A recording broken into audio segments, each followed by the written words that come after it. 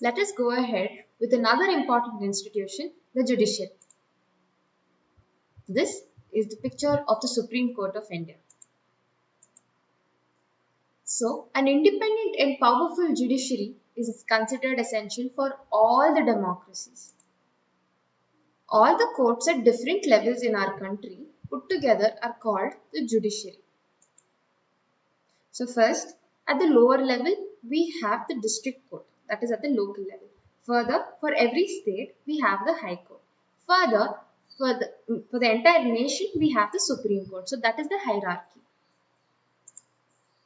India has an integrated judiciary. So what does an integrated judiciary mean? It means the Supreme Court controls the judicial administration in the country across all the tiers.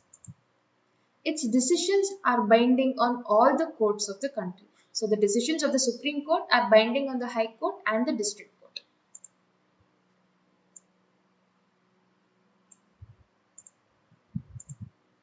So let us see the jurisdiction of a Supreme Court. What is jurisdiction? Jurisdiction is the areas where the Supreme Court has control.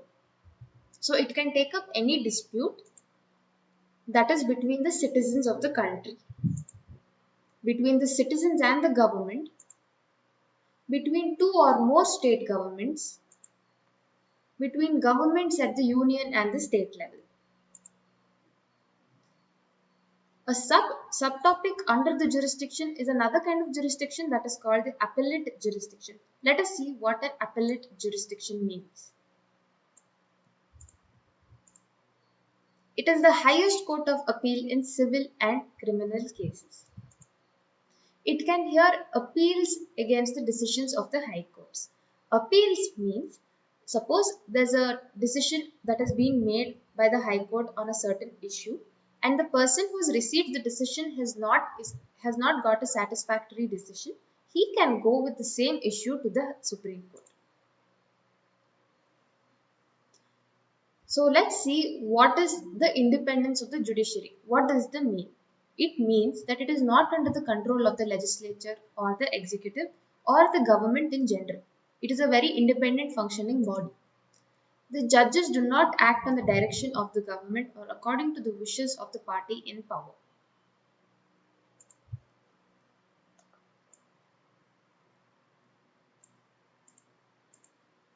So let us see the mode of appointment of the judges of the Supreme Court. The judges of the Supreme Court and the High Courts are appointed by the President on the advice of the Prime Minister and in consultation with the Chief Justice of the Supreme Court. In practice, it now means that the senior judges of the Supreme Court select the new judges of the Supreme Court and the High Court.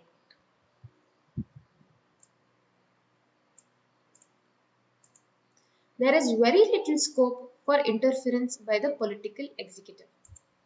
The senior-most judge of the Supreme Court is usually appointed by the Chief Justice. So there's a seniority principle that works in the Supreme Court of India. This is the mode of appointment where the Chief Justice is taking oath which is being given by the President.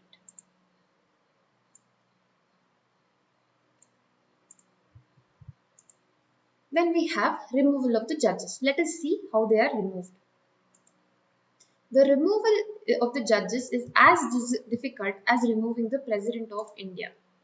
A judge can be removed only by an impeachment motion passed separately by 2/3 members of the two houses of the Parliament. This is a very important statement, the second pointer. It has never happened in the history of the Indian democracy. Let us see the other functions of the judiciary. Let us see, there's a very important concept of judicial review that you will learn in your future classes. So let us go ahead and see what that means. The Supreme Court and the High Courts can determine the constitutional validity of any legislation or action of the executive in the country when it is challenged before them. So what does judicial review mean? The Supreme Court and the High Court, when they have any issue that is being challenged towards them, they can check if it conforms with the ideals of the Constitution. Is it really matching with the ideals of the Constitution? So that's what judicial review means. They review the entire issue and see if it matches with the Constitution.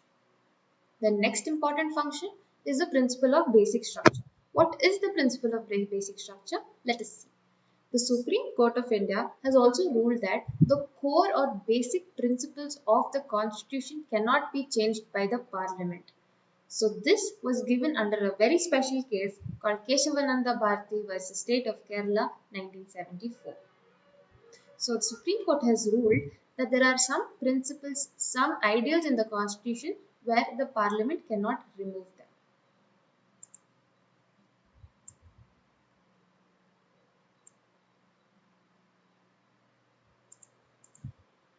The powers and the independence of the Indian judiciary allow it to act as the guardian of the fundamental rights. The citizens have the right to approach the courts to seek remedy in case of violation of their fundamental rights. So that is given as writs that are under Article 32 of the Indian Constitution.